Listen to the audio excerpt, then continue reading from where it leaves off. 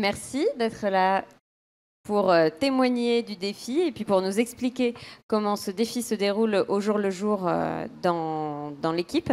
Alors, je fais les présentations pour commencer. Marine est la chargée de communication de Zero Waste France. Vous l'avez peut-être déjà vu hier à peu près à la même heure sur cette même scène lors de la table ronde sur comment communiquer sur le zéro déchet sur YouTube et sur les blogs, etc. Cette session, d'ailleurs, a été filmée. On pourra la retrouver en vidéo si vous l'avez manqué. Et puis, je vous présente aussi Constance. Constance, qui est l'animatrice du défi Rien de Neuf, qui, donc, depuis le début de l'année, encourage nos participants, leur envoie plein d'astuces, plein d'infos, semaine après semaine. Et donc, elles vont toutes les deux nous raconter les coulisses du défi Rien de Neuf. Et puis, on a à côté de nous aussi Daniel et Thierry, qui sont des participants au défi. Merci d'avoir accepté de témoigner de votre expérience.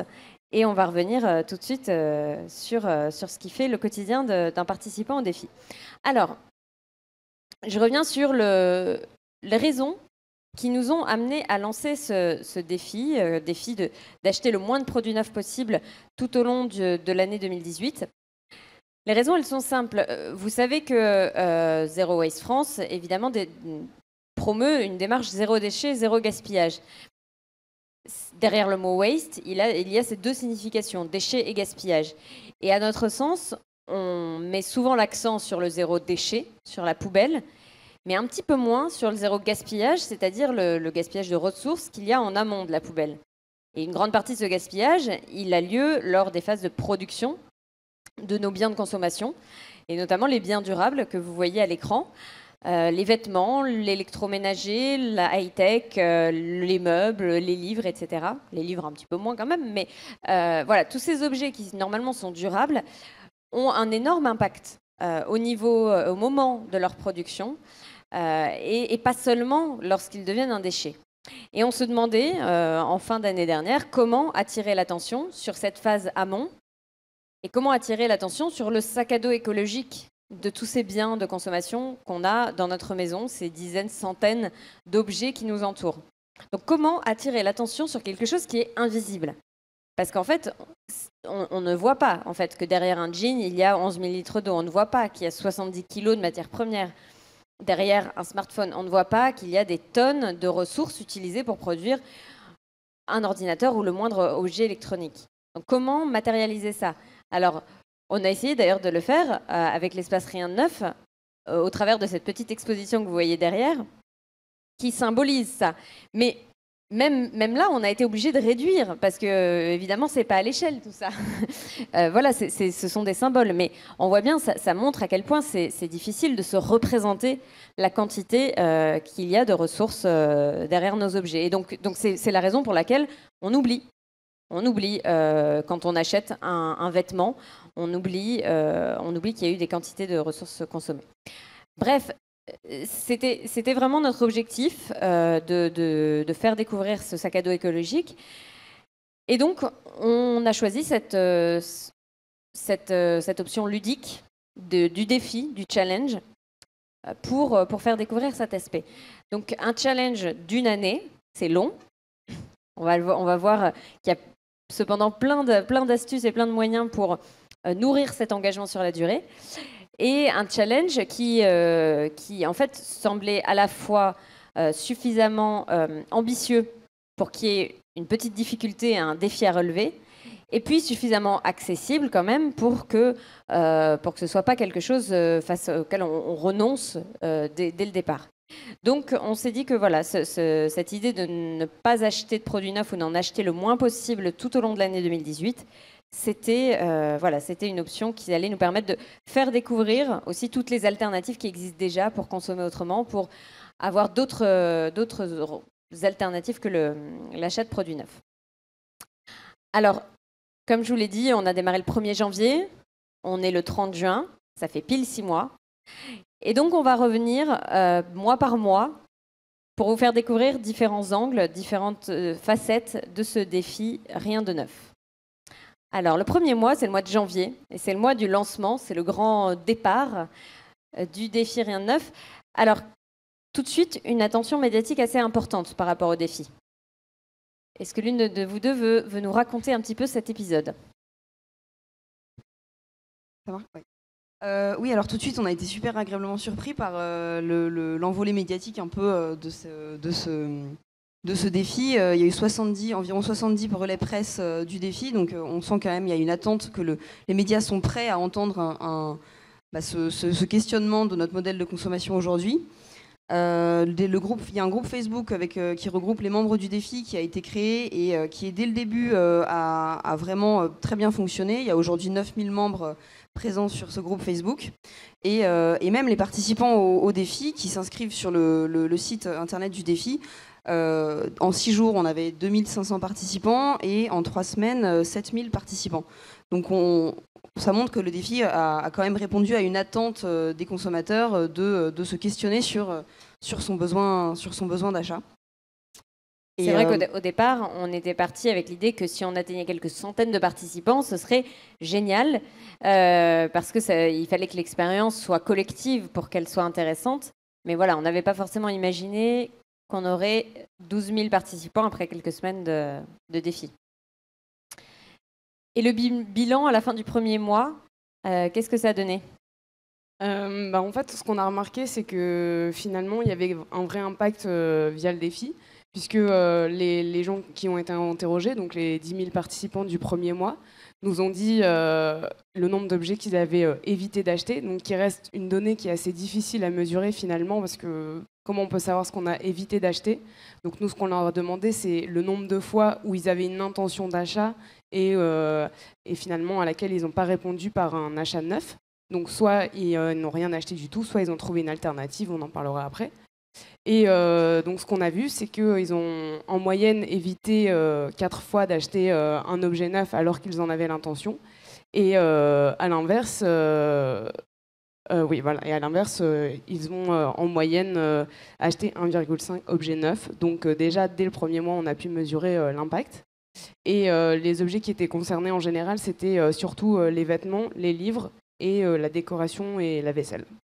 Et en fait, ces objets neufs achetés, ils les ont aussi. Enfin, il y avait toujours une raison derrière pourquoi acheter neuf. La première, c'était parce qu'ils n'avaient pas encore réussi à trouver autrement. On va voir ensuite que ça va mieux à ce niveau-là, mais au début, c'était encore difficile de trouver des alternatives, de trouver l'objet qu'on voulait non neuf. Parfois, il y avait aussi une vraie volonté de l'acheter neuf. On en a parlé tout au long du festival. Il y a aussi tout ce qui est éthique, mode éthique, par exemple. Il y a d'autres façons aussi d'acheter de façon responsable en achetant neuf. Et enfin, c'était aussi dans le cadre de cadeaux, où là, les participants assumaient un peu moins le fait de ne pas acheter de neuf quand il s'agissait d'offrir à quelqu'un. Donc tout ça nous montre finalement qu'il y avait un vrai besoin aussi d'avoir ce cadre, parce que dans les questionnaires qu'on a envoyés, et notamment celui du premier mois, on a reçu énormément de messages de remerciements. Et on avait été très surpris de ces résultats, de tous ces retours. Et c'est vrai que les gens nous disaient merci parce que ça leur donnait tout d'un coup un cadre, ça mettait des mots sur des comportements qu'ils avaient pu avoir avant. Et là, nous, on mettait des mots dessus et on le montrait publiquement. Et ça leur permettait aussi d'interpeller leur entourage. Donc finalement, à la fin de ce premier mois, on a pu voir que l'un des objectifs du défi, qui était de remettre en question un réflexe d'achat, une habitude, de toujours passer la porte d'un magasin quand on a un besoin, finalement, ça fonctionne. Ça ne veut pas dire qu'on n'achète pas plus du tout de neuf au final, mais en tout cas, on se pose un peu plus de questions. Alors, ensuite, février, alors ça avait démarré en janvier d'ailleurs, mais février a été un grand moment de questionnement sur les soldes. Alors pourquoi ça? Et alors qu'est-ce que ça a suscité comme commentaires, comme astuces, comme conseils échangés sur le groupe Facebook du défi? Au début, les participants étaient quand même, ils avaient besoin un peu de clés pour se questionner sur comment est-ce que je fais en fait pour ne pas acheter. Ça paraît difficile au début, donc on a quand même. Il y a une méthode qui est ressortie parmi les. Ils avaient besoin de méthodes clés en main pour se questionner sur leurs besoins et résister en quelque sorte au solde. Il y a une méthode qui est ressortie, c'est la méthode bisou, qui est facile à retenir par ce petit mot. Et en fait, qui correspond, il y a une question à se poser pour les 5 mots de la méthode, du mot, pardon. Le B, c'est pour le besoin. Est-ce que j'ai vraiment besoin de cet objet? I, c'est pour immédiat. Est-ce que c'est un besoin immédiat? Est-ce que j'ai vraiment besoin de l'acheter maintenant, cet objet-là? S pour semblable. Est-ce que j'ai pas la même chose chez moi? En une autre couleur, mais la même chose quand même. Pour l'origine, O. Donc pareil, si on se rend compte qu'on va peut-être quand même acheter quelque chose, bah, on essaye d'acheter un produit durable, peut-être mieux conçu. Et U, sur l'utilité de l'objet, pour se re-questionner sur, en fin de compte, bah, vraiment, est-ce que ça m'est vraiment utile cet objet? Et en fait, cette méthode Bisou, parmi d'autres, permet d'affronter en quelque sorte cette période de solde où l'ensemble des magasins essayent de nous faire acheter des objets dont on n'a pas forcément besoin. Et il y a ce qu'on observe, ce qu'on a reçu comme message des participants, c'est leur fierté d'avoir réussi à résister au solde, leur fierté aussi de se rendre compte que parfois c'était pas si difficile que ça et que en fait on est capable de ne pas acheter pendant ces périodes-là. Et vraiment la fierté de se dire qu'on peut ensemble, par ce défi aussi, se rendre compte qu'on a des comportements qu'on peut résister au solde. Et Marine a quelques mots à ce sujet sur la question du questionnement des besoins. Oui, aussi dans toujours ce premier bilan qu'on a fait après un mois de défi, on a pu voir aussi que même si le premier réflexe a été de se tourner vers les achats d'occasion, et on va en parler aussi un peu après, les participants quand même en majorité aussi décidaient de simplement pas se tourner vers une alternative, parce qu'en fait ils se rendaient compte qu'ils n'avaient pas besoin de l'objet. Et c'est ce que le défi a apporté, c'est vraiment ce questionnement nous, on a essayé vraiment d'induire ce nouveau réflexe de se poser au moins la question à chaque fois. Et si soit on allait vers du neuf, soit vers des alternatives, c'est parce qu'on avait trouvé une raison de le faire. Et ça, c'est vraiment ce qu'a apporté le défi. Et aussi donc de faire prendre conscience des objets qu'on évitait d'acheter. Puisque comme je le disais pour le mois précédent, en fait, c'est que le défi apporte ce cadre. Et là, vraiment, les gens maintenant prennent conscience que oui, ils évitent d'acheter des choses qu'avant, peut-être qu'ils le faisaient déjà avant, en fait, mais ils n'avaient pas conscience que le fait de ne pas acheter permettait de réduire leur empreinte environnementale. Donc le défi, c'est un cadre, c'est un prétexte, en fait, pour se poser un peu plus de questions.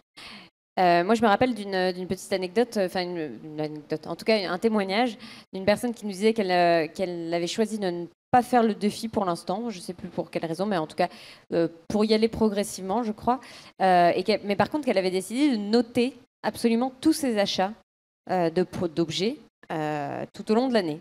Et finalement, je trouve que c'est une démarche assez intéressante parce que, en fait, si ça se trouve, rien que le fait de noter a permis de diminuer aussi la consommation parce qu'il y a une prise de conscience qui se passe. Alors, on va se tourner maintenant vers nos témoins, du défi en tant que participants, pour savoir s'ils se retrouvent dans ces témoignages rapportés. Donc là, on va avoir en direct, et notamment par rapport à la question des soldes. Est-ce que c'est une période que vous avez réussi à traverser sans faire le moindre achat neuf ou pas? Daniel? Alors, moi, je pense que je n'ai jamais participé à des soldes de toute ma vie, pas par 2 ou 3 fois comme donc ça. C'était facile alors. Voilà. Et en fait, ce qui était drôle, c'est que au début, enfin au moment du démarrage des soldes, je suis descendue dans une rue piétonne d'une ville à proximité de chez moi. Et il y avait des partout, moins 20, moins 40, moins 50. Et j'étais vraiment très contente en me disant, mais c'est formidable, je ne vais rien acheter. Tous ces gens-là qui proposent des trucs incroyables, ça ne me touche pas, je ne vais pas participer à ça. Et puis le soir, je me suis dit, mais tu es vraiment complètement crétine, tu n'as jamais fait les soldes. Mais ça m'a donné un moment de bonheur de ne pas participer à un truc auquel je ne participais pas déjà, qui m'a réjouie parce que je me suis dit, ben voilà, simplement de faire partie du défi, ça met un cadre, comme on a dit. Moi, je viens d'une famille où on a toujours beaucoup récupéré, on a toujours beaucoup réparé. on n'était pas déjà des gros consommateurs. Donc pour moi, ce n'était pas vraiment une révolution d'entrer dans le défi. Mais ça m'a permis de prendre conscience que déjà, on était cette famille-là et qu'on avait déjà fait, qu'on faisait déjà des choses comme M. Jourdain faisait de la poésie sans le savoir.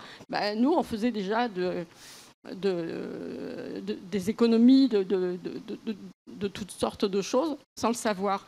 Mais tout d'un coup, ça mettait un accent sur des pratiques familiales très, très anciennes. Et ça mettait, je sais pas, ça apportait quelque chose de l'ordre du plaisir, de la joie. Et moi, j'ai beaucoup participé, j'ai beaucoup répondu au questionnaire et je disais à chaque fois cette joie voilà, d'avoir participé.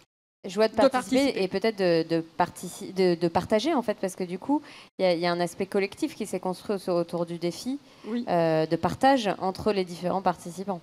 Oui, parce que moi, au début, j'ai envoyé un mail à tous les membres de ma famille en disant, voilà, je fais partie du défi.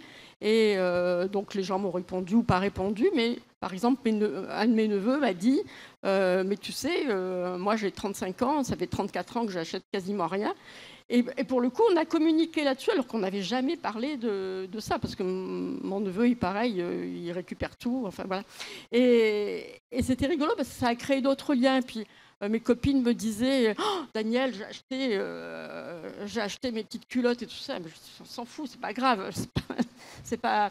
Et tout le monde se positionnait par rapport à moi, par rapport au défi. On me disait oh là là, tu vas me gronder, j'ai acheté je sais pas quoi. Je m'en fous, tu fais comme tu veux. Et pour le en coup, tout cas, ça fait se poser des questions tout autour de vous, en fait. Oui.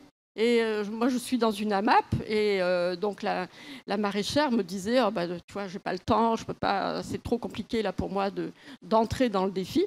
Mais en revanche, elle a mis dans le hangar où il y a la distribution une malle et il y avait quelqu'un qui avait apporté des objets de bureau.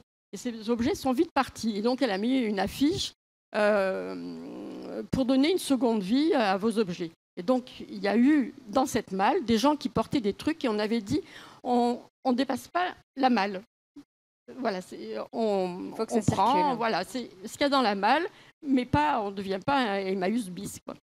Et pour le coup, les gens étaient tellement excités avec cette histoire-là qu'ils en oubliaient presque de prendre leurs légumes. Ils étaient tous en train de farfouiller. Et c'était très drôle parce que ça continue, ça. Bon, c'est bien, c'est contagieux un peu alors de ce défi. Et vous êtes une bonne ambassadrice, j'ai l'impression, parce que vous en avez beaucoup parlé. En fait, moi, je parle tout le temps du plaisir, parce que c'est un vrai plaisir. Merci. Thierry, est-ce que c'est le même type d'expérience que tu as vécu? Alors moi, j'ai un rapport particulier avec les sols parce que je suis né à l'étranger, je suis né à Madagascar et j'ai passé toute ma vie là-bas jusqu'à ce que je vienne faire mes études ici en France.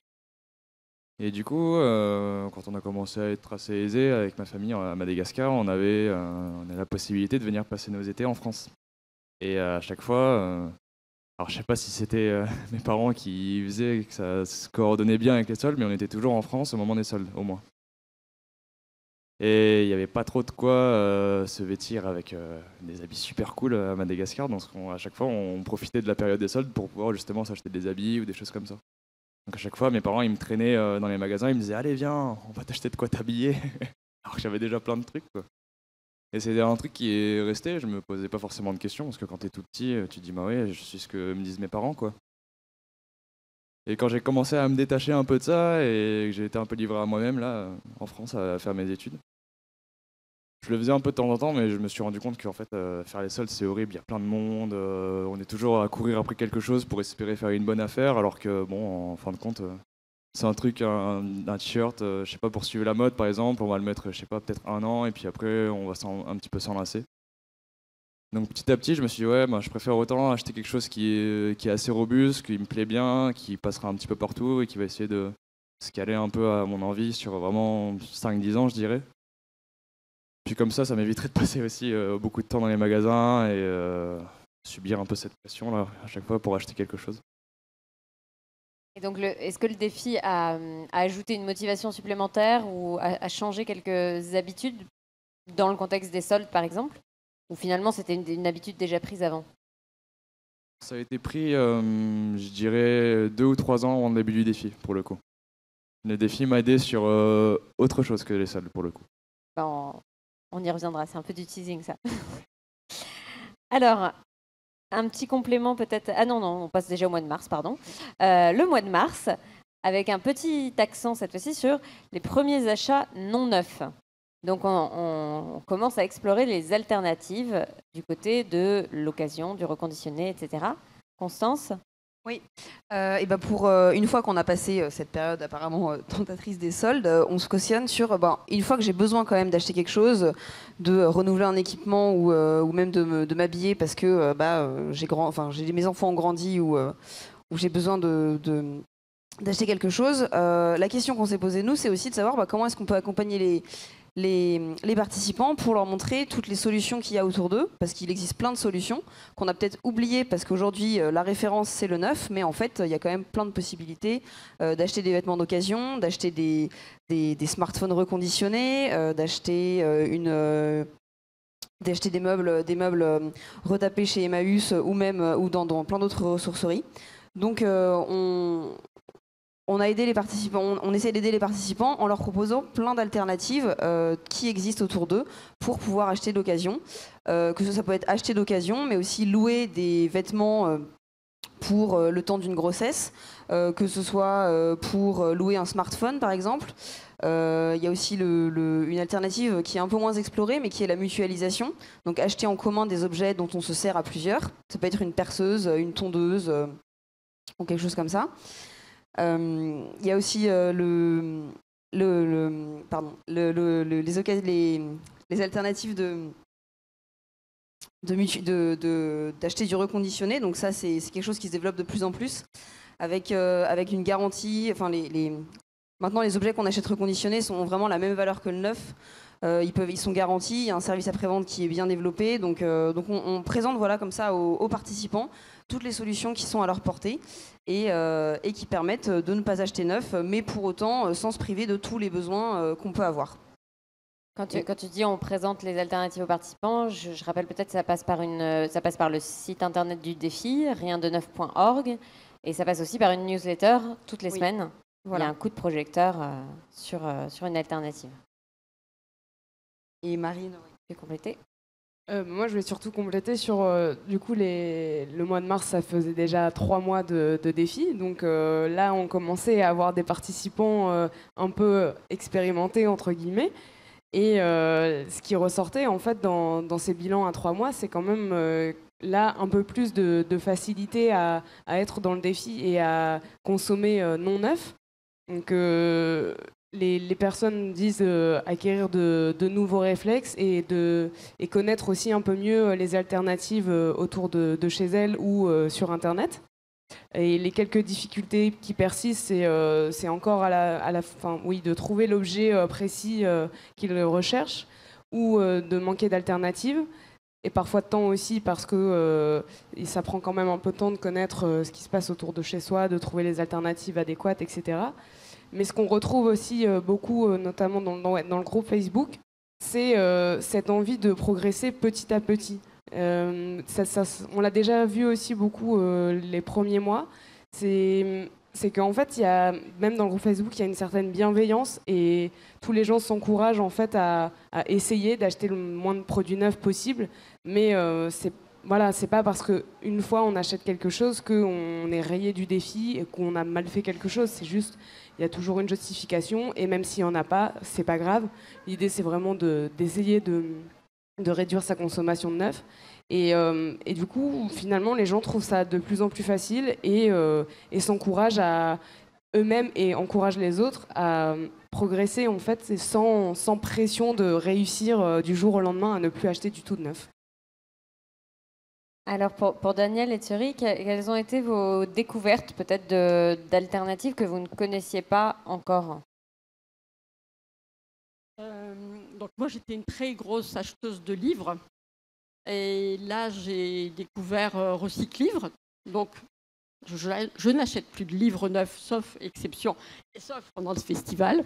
Et sinon... Alors, Recyclivre, est-ce que vous pouvez expliquer en 2 mots ce que c'est pour ceux qui ne connaissent pas encore et qui vont le découvrir grâce à vous? Recyclivre, c'est des gens qui travaillent avec des personnes en insertion et qui rachètent un peu partout ou qui récupèrent des livres. Si vous avez une tonne de livres chez vous que vous ne lisez plus et dont vous ne savez que faire, vous leur passez un coup de fil. Bon, moi, j'habite dans le sud et on n'a pas de Recyclivre, mais on les appelle, on envoie un colis, ils récupèrent ça et puis on peut commander des livres.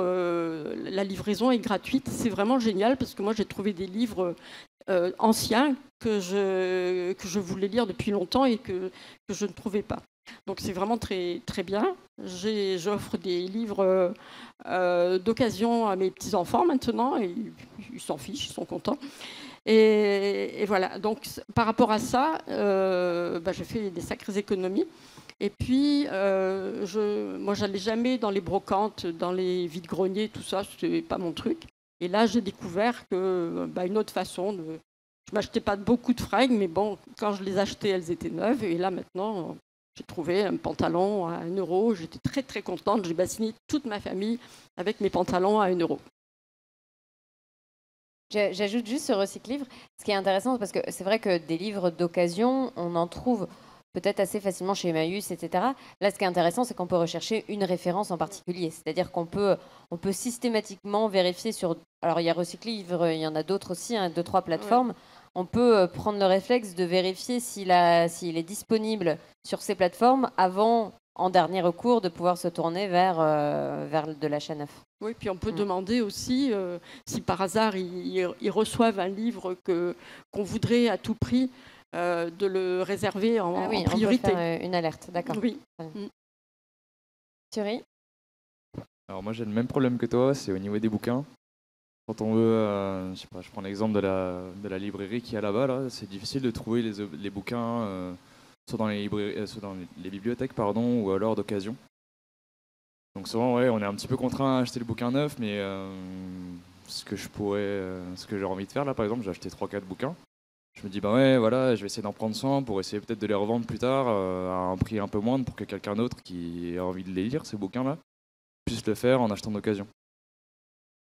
L'autre problème que j'avais aussi, c'était au niveau de tout ce qui tournait autour du sport. Moi, je cours à pied, par exemple. Et c'est très difficile d'acheter des choses d'occasion pour le coup pour faire du sport. Souvent, on achète ses fringues pour faire du sport, etc. On les garde, ou alors quand on arrête de faire du sport, ça pourrit dans un placard. Et c'est difficile vraiment de se fournir en objet d'occasion pour le coup dans ce milieu-là. Et souvent aussi, on a du mal un peu à faire le pas en se disant je vais acheter des vêtements d'occasion. Souvent le réflexe, surtout moi quand on m'a amené faire les soldes, c'était les vêtements forcément il faut les acheter neufs. Et avec un peu de recul, on se dit non en fait. Il suffit juste de les laver et puis c'est un vêtement comme les autres. De toute manière, les vêtements aussi en neuf, souvent ils conseillent de les laver aussi parce qu'il y a plein de produits encore dedans. Donc autant les acheter d'occasion. Et il y a un truc que j'ai découvert avec le défi pour le coup, c'est une appli qui s'appelle Vinted. Et ça c'était génial quoi. Avant je connaissais vite Dressing, mais c'était surtout mes potes qui allaient dessus pour voir ce que c'était pour la recherche de la perle rare, etc. Mais non, là j'ai vraiment utilisé ce site-là. Parce que je cherchais ce genre de chaussures là, chaussures à orteils. C'est des chaussures qui coûtent une blinde déjà. Et je me suis dit, ça m'embête de devoir acheter ce truc là. En plus, il y en a plein qui essayent de découvrir ce truc là. Et qui au bout de 2 semaines se disent c'est pas pour moi. Ah ouais, non, c'est vraiment horrible, pourquoi je porte ça ou... Oui, je sais pas, c'est pas adapté pour eux. Et puis ils les mettent en vente par exemple sur Vinted ou sur Le Bon Coin. Et j'ai attendu un petit peu, je me suis dit je vais attendre que quelqu'un poste peut-être ce truc-là sur Vinted ou sur Le Bon Coin. Et puis au final, j'ai trouvé justement exactement ce que je cherchais. La personne avait couru, 10 km avec ce truc-là et il la vendait à moitié prix quasiment. Donc il faut un peu temporiser sur son désir immédiat d'acheter des chaussures, par exemple, des chaussures de sport. Et en persévérant un petit peu, il y a moyen de trouver ce qu'on veut d'occasion, quoi. Ah, donc parfois, il faut quand même patienter, décaler un peu son achat, etc. Ah oui, c'est clair. Ouais. Et alors, juste à propos des articles de sport, j'en profite pour mentionner une autre alternative pour ceux, en tout cas, qui habitent en région parisienne, la recyclerie sportive. Ça peut être l'endroit où trouver des équipements de sport de seconde main ou des invendus, etc. Voilà. Ok, d'accord. Alors, on va passer au mois d'avril. Et avec la découverte d'une autre alternative qu'on a tout juste évoquée, mais pas en détail, consommer sans posséder. Est-ce possible? Et bah oui, parce qu'on a tendance à se dire bon bah super, j'ai un nouveau cadre, il faut que je le mette dans mon salon. Bon bah merde, pardon, j'ai pas de perceuse, il faut que je m'en procure une. Bon bah comment est-ce qu'on fait? On va regarder dans tous les sites de comparaison d'achat de perceuses pour avoir la meilleure perceuse, pour adapter à son mur. On va acheter sa perceuse, on va percer les trous dans son mur, on va poser le cadre, et puis après, la perceuse, on va la ranger dans une étagère. Et la prochaine fois qu'on s'en servira, ce sera peut-être 5 ans, 10 ans plus tard, et on s'en servira plus jamais vraiment régulièrement en fait. Et il y a une étude qui est sortie disant qu'une perceuse dans sa vie, on l'utilisait en moyenne 12 minutes. Donc on se rend compte qu'une perceuse qui est quand même un achat assez conséquent, qui coûte un peu cher, et ben finalement on s'en sert jamais. Donc ça montre qu'on peut posséder et consommer, mais on peut aussi peut-être consommer sans avoir besoin d'acheter cette perceuse justement. Et pour ça, il y a pas mal d'alternatives qui existent, notamment le prêt. Ça peut être prêter des objets entre voisins. Donc on peut mettre une petite étiquette sur sa boîte aux lettres pour dire j'ai une perceuse, je peux la prêter. On peut aussi aller regarder sur des sites de prêt de matériel entre voisins pour demander autour de soi je cherche une perceuse, ou même j'ai des skis mais je m'en sers que 2 semaines par an donc je les loue ou je les prête. Et donc c'est une alternative qui se développe, qui n'est pas encore hyper, c'est pas vraiment un réflexe encore chez les participants, mais il y a de plus en plus d'alternatives qui se développent, il y a de plus en plus de sites internet qui parlent de la mutualisation, et ça montre qu'en fait ce réflexe d'acheter les choses dont on veut se servir, il y a peut-être une solution qui permet de ne pas débourser autant que pour acheter, et puis surtout de rencontrer des gens et d'échanger autour de soi. Donc c'est quelque chose qui a pas été que les participants évoquent un peu, mais c'est en développement, et c'est pas mais ça se développe, et ça permet de ne pas acheter de neuf et donc d'économiser toutes les ressources qui vont derrière la fabrication de la perceuse par exemple. Et Marine, Non, mais tu as dit l'essentiel, et en fait c'était aussi un moyen, enfin pas de corser le défi, mais en fait les participants nous ont dit que c'était de plus en plus facile, et nous on voulait aussi aller un peu plus loin dans la réflexion que seulement du défi rien de neuf, mais aussi de la diminution de la consommation, et on en parlera aussi ensuite, mais c'est vrai que dans les retours qu'on a eus, d'avoir recours à l'emprunt, à la location et du coup à tout ce qui n'est pas l'achat ou la possession, c'était assez peu utilisé par les répondants. En fait, ça arrivait dans les dernières alternatives utilisées. Donc c'est pour ça qu'on a décidé d'apporter un peu plus d'outils là-dessus. Et on avait fait une petite étude à cette occasion en demandant aux participants quels étaient les objets qu'ils n'utilisaient jamais, avec un système de vote. Et donc, il y a plein de... Voilà, les petits dessins, enfin, les petits objets que vous voyez à l'écran sont ceux qui sont ressortis en grande majorité. Donc, ça prouve bien que tout le monde a plein de choses qui dorment dans les placards. Et il y avait une étude qui avait montré qu'on avait en moyenne 34 objets non utilisés, ou très peu en tout cas. Donc, ça montre bien qu'on peut en faire quelque chose et que d'autres peuvent en avoir l'utilité. Merci. Je passe au mois de mai. En mai, fabrique ce qui te plaît, pardon.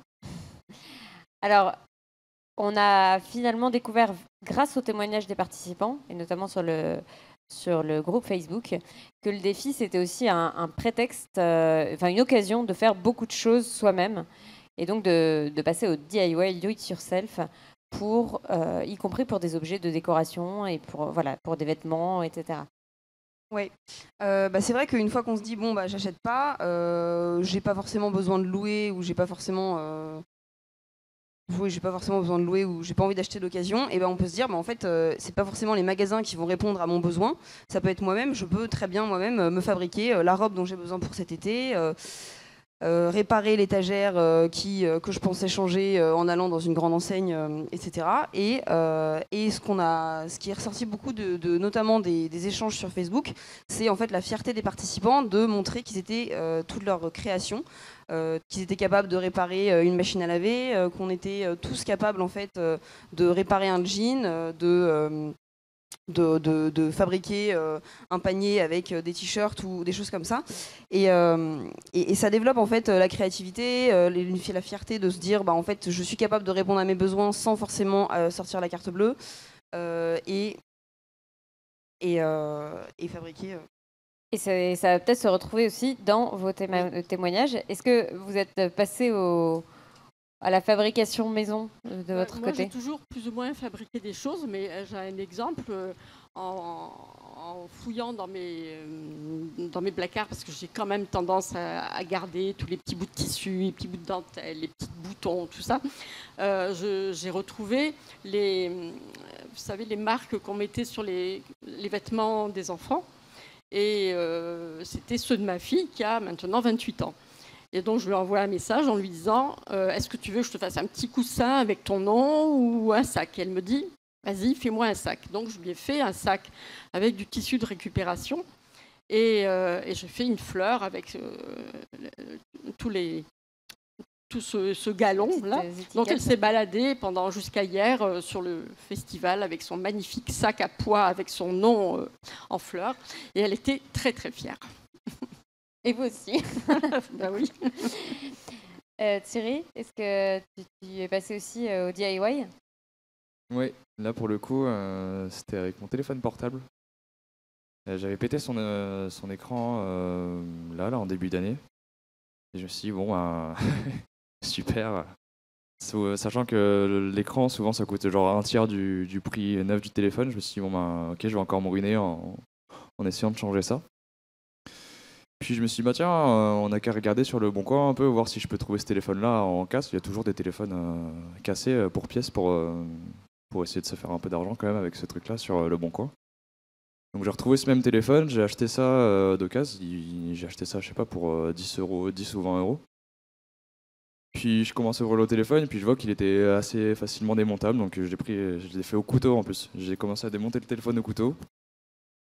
J'ai réussi à retirer l'écran, hop, j'ai pu vraiment en tâtonnant un petit peu, comme ça doucement, j'ai réussi à changer l'écran de mon téléphone et puis là il y a des choses qui se cassent encore sur mon téléphone, mais comme j'ai récupéré ce petit téléphone sur le Bon Coin, j'ai pu réparer au fur et à mesure mon téléphone, quoi. C'est quand même une double victoire parce que non seulement du coup tu as évité de racheter un téléphone neuf, ou de remplacer le téléphone usagé, mais en plus tu as évité d'acheter un écran neuf. Tu as même réussi à le remplacer par un écran de récupération. Ouais, c'est ça. Donc j'étais assez fier de moi quand même. Je pense qu'on avait envisagé une cérémonie de remise des prix. On le fera peut-être à la fin du défi. Mais là, je pense qu'il y a un nominé, là, peut-être. Ah bon. Alors, on va passer au mois. Oui. Ah, pardon. Je te laisse compléter. Non, mais en fait, juste en termes de. Enfin, un peu comme toi, Thierry, il y a plein d'autres participants. Ils sont 25% à nous avoir dit qu'ils s'étaient mis à réparer, fabriquer, coudre, parce que le défi les y avait poussés, notamment parce qu'on a montré aussi que c'était possible en envoyant des sites qui présentent des tutos de réparation, comme Spareka, qui sont là et qui ont fait le marathon de l'autoréparation. Et aussi, sur le groupe Facebook, il y a plein de gens aussi qui montraient leur création sur l'Instagram du défi Rien de Neuf aussi, en disant moi j'ai fait ça avec des trucs chinés chez Emmaüs. Donc en fait, les gens ont pris aussi confiance et montrent qu'ils sont fiers finalement de faire ça. Et ce qui en ressort donc finalement au mois de mai, c'est que c'est pas seulement une baisse des achats neufs, mais en fait à plus de 75%, c'est une baisse de la consommation. Et ça, on est assez fiers de ça aussi, de façon générale. Merci. Et pour terminer, le mois de juin, on ne s'arrête pas là, bien sûr, le défi et les autres. Finalement, ça c'est aussi ressorti directement des témoignages des participants, on n'avait pas forcément imaginé avant. qu'est-ce que ça a créé comme interaction et comme nouvelle situation pour les participants au défi, enfin, ce défi?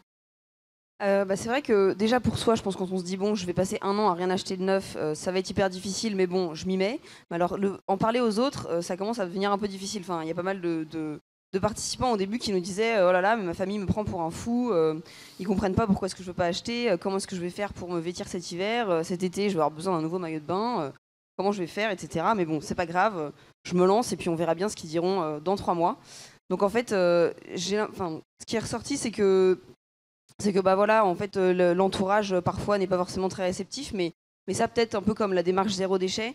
On se lance, on y va et on montre l'exemple. Et en montrant l'exemple, ça pose des questionnements chez son entourage qui va finir par être intrigué par qu'est-ce que c'est que ces vêtements que j'ai jamais vus dans les magasins. Trop bien, ta nouvelle veste, mais c'est quelle collection, c'est quelle marque? Et bah non, on a des vêtements un peu plus originaux et ça permet de questionner un peu, de faire un peu un effet boule de neige. Donc moi-même, je questionne mes besoins, mais en fait, en montrant l'exemple, et ben, les autres se posent des questions.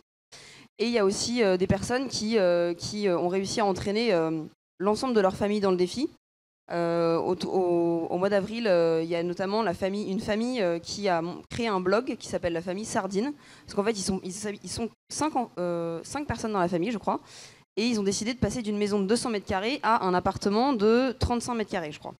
Donc, il fallait vraiment essayer de... déjà, ils sont dans une démarche assez minimaliste, mais en plus, ils voulaient passer dans cet appartement-là, donc avec tous les meubles bien plus petits dont ils allaient avoir besoin.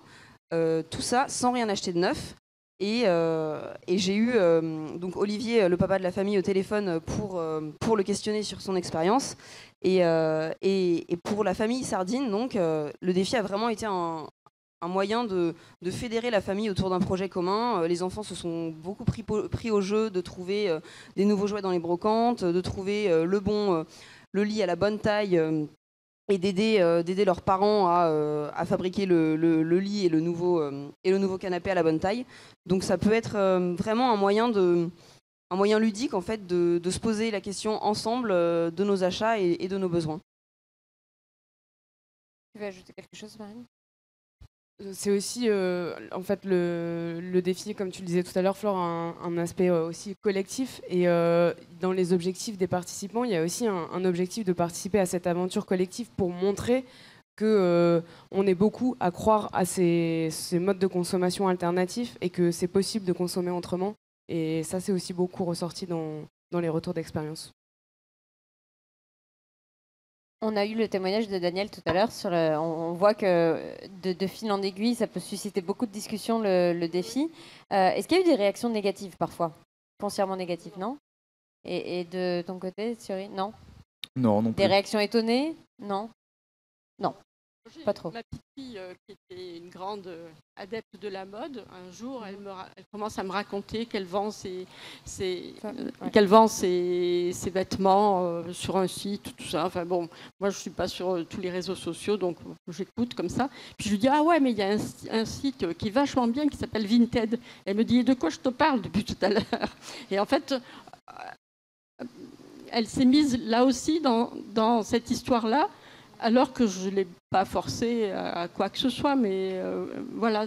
En fait, les choses se font naturellement sans qu'on ait besoin d'imposer, enfin pas imposer, mais culpabiliser ou tenir des discours un peu moraux. Non, ben voilà, moi je fais ça et puis toi tu fais comme tu veux.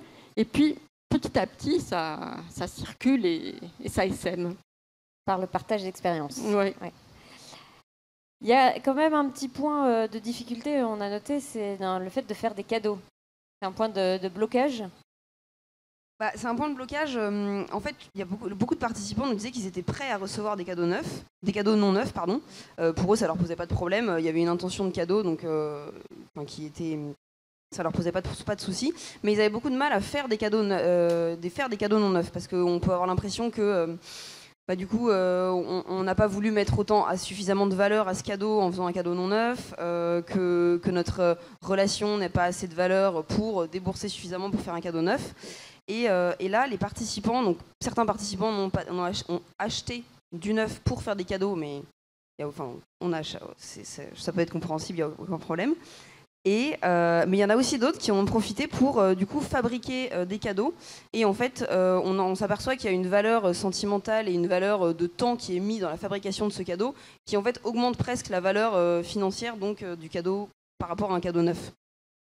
On a eu plusieurs fois quand même sur le groupe de discussion cet obstacle qui a été évoqué par participant après participant et une réaction collective de recherche d'idées pour les personnes. Enfin, beaucoup de fois, voilà, qu'est-ce que je pourrais offrir de non neuf à mon ami pour la Saint-Valentin, à une fête d'anniversaire à laquelle ma fille va, etc. etc.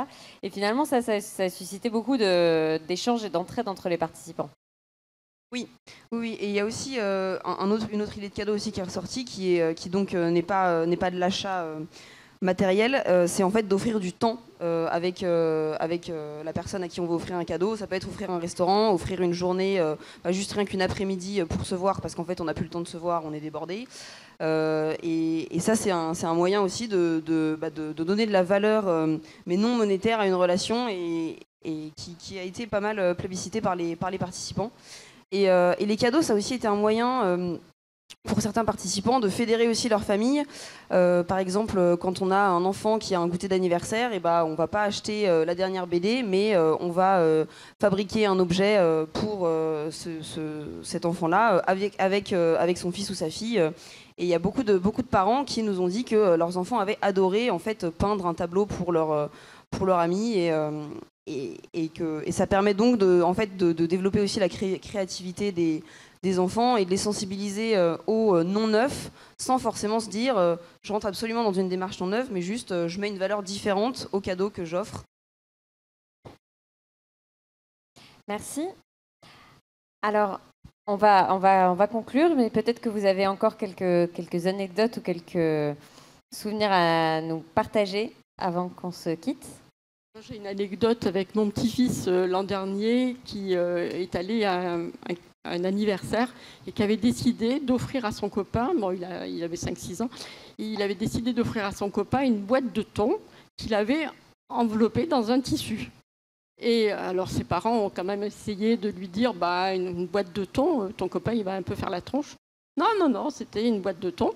Donc, il a offert ça et il a dit à la maman, et je récupère le tissu parce que j'en ai besoin pour Noël. Et le copain a été absolument séduit par cette boîte de thon. Et il a mangé la boîte de thon le soir avec une des petites participantes qui était là. Et ils se sont régalés. Ça a été un événement, cette boîte de thon. Donc, on peut faire plaisir avec très peu de choses, en fait. Voilà. L'important, c'est le cadeau, en fait. C'est vraiment cette démarche. Une autre anecdote ? Ouais, c'est toujours au niveau des cadeaux aussi. C'est compliqué de gérer ça quand on est en couple, par exemple, et que la personne en face de soi adore faire des cadeaux, par exemple, à tout le monde pour un rien, comme ça. Du coup, c'était compliqué de négocier ça avec mon ex-copine en lui disant « Ouais, en fait, là, quand je suis dans un défi, là... » ça va pas être possible les cadeaux. Et c'est pas pour ça qu'on est plus ensemble, mais c'était assez. On a eu peur un instant quand même. Hein. Là, on s'est senti responsable. Non, mais c'était compliqué à aborder ce genre de sujet. Et puis petit à petit, elle a compris. Et puis ça c'est, au fur et à mesure, on s'est réorienté vers des cadeaux qui étaient plus ce que disait Constance, plus sur l'instant, où on partageait des choses ensemble, où on allait se faire une bouffe ensemble, ou même juste cuisiner ensemble. C'était vraiment. C'était plus sain comme relation, je trouve, que plutôt que de baser des instants de joie juste grâce à un élément matériel. C'était beaucoup plus sympa pour le coup. D'accord, merci beaucoup. Alors, qu'est-ce qui va se passer pour le défi ces prochains mois ? Alors, évidemment, on n'est pas les seuls à le décider puisque ça dépend des 12 000 participants. On espère qu'ils vont poursuivre l'aventure avec nous jusqu'au mois de décembre. Mais on a quand même quelques objectifs en tête et les participants nous ont partagé certains de leurs objectifs. Marine, qui est la chef des questionnaires. Alors, côté participants, c'est plutôt positif. En fait, c'est toujours cette envie d'aller plus loin, de progresser pas à pas. Donc, en testant des nouvelles alternatives, en essayant d'acheter encore moins de neuf ou juste faire aussi bien que les premiers mois parce qu'on a été satisfait de ce qu'on a fait, de ce qu'on a accompli. Et aussi cette dimension d'essayer de convaincre encore de nouvelles personnes de rejoindre le défi, de convaincre ses proches de rentrer dans cette démarche. Et puis, de façon un peu générale, un objectif un peu au-delà du défi, c'est même, donc, comme on l'a vu tout à l'heure, hein, de réduire sa consommation de façon générale. Et de notre côté, évidemment, on va continuer à nourrir le défi en proposant aux participants plein d'idées d'alternatives concrètes qu'on peut trouver autour de chez soi ou sur Internet. Proposer aussi des réflexions sur les sujets qui concernent le défi, comme l'obsolescence programmée, la mode, etc.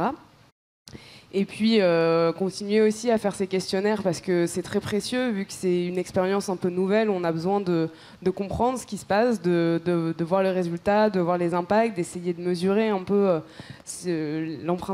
la réduction de l'empreinte environnementale de chaque participant. Et en plus, tu travailles maintenant avec une chercheuse à Paris Dauphine qui va nous accompagner pour faire des questionnaires encore plus intéressants, oui, et pour décrypter le changement d'habitude des participants au défi. Oui, qui va apporter son expertise sur le sujet. Et puis, j'ai oublié ce que je voulais dire du coup.